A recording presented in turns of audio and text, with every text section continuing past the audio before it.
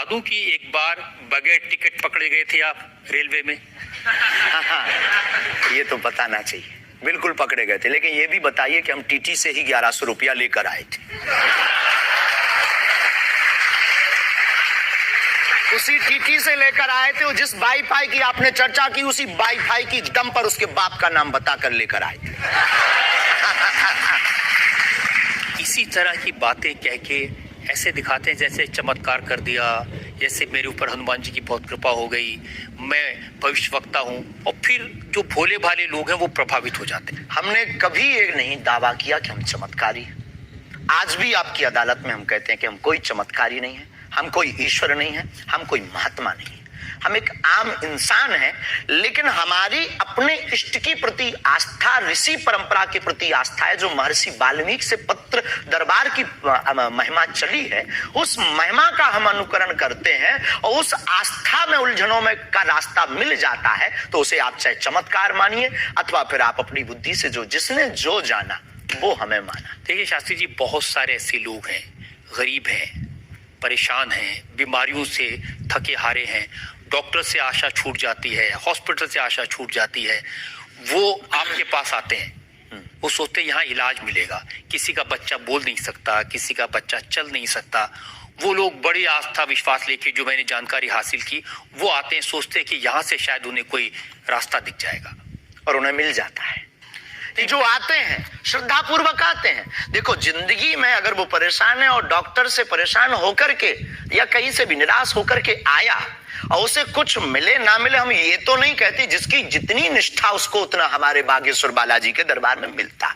और अगर नहीं मिलता, अगर उसे जीवन जीने की अगर डांडस और सात्तावना मिलती है, तो क्या ये भी कम है?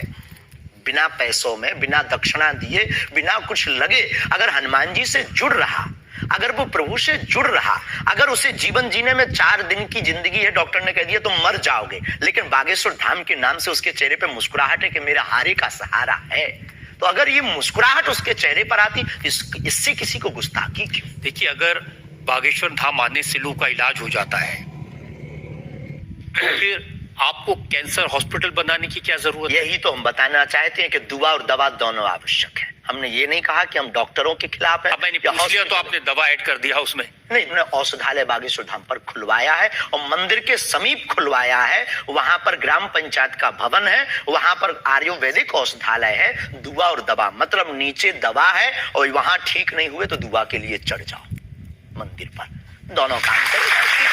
और ये कोई नई बात नहीं है, हमने ऐड नहीं की, डॉक्टर खुद ऐड करता है, ऑपरेशन करता है, जब ठीक नहीं होता तो वो भी कहता है तुम भी प्रार्थना करो। लेकिन ये सही है कि जिस इलाके में आप हैं उस इलाके में बहुत सारे ऐसे लोग हैं जो इसी तरह पर्ची निकालते हैं, जो इसी तरह दुआ की बात करते हैं। पूरे भारत में ऋषि परंपरा के अनेक लोग हैं, बहुत लोग तो नहीं कह सकते, पर अनेक लोग पूरे भारत में हैं। और केवल हमारे इलाके में नहीं, पूरे भारत में। हमारे इलाके में बागेश्वर बालाजी की महिमा और दादा गुरुजी के पास दरबार से, कृपा से बहुत से महापुरुष और भी। मैं बताता हूँ, एक लवलेश नाम के गुरुजी हैं, 20 साल की उम्र है, और वो भी इसी तरह से पर्ची निकालते हैं।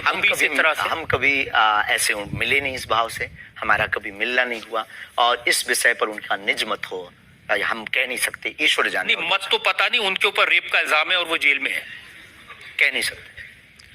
तो उस एरिया में ऐसे और भी बहुत सारे लोग हैं।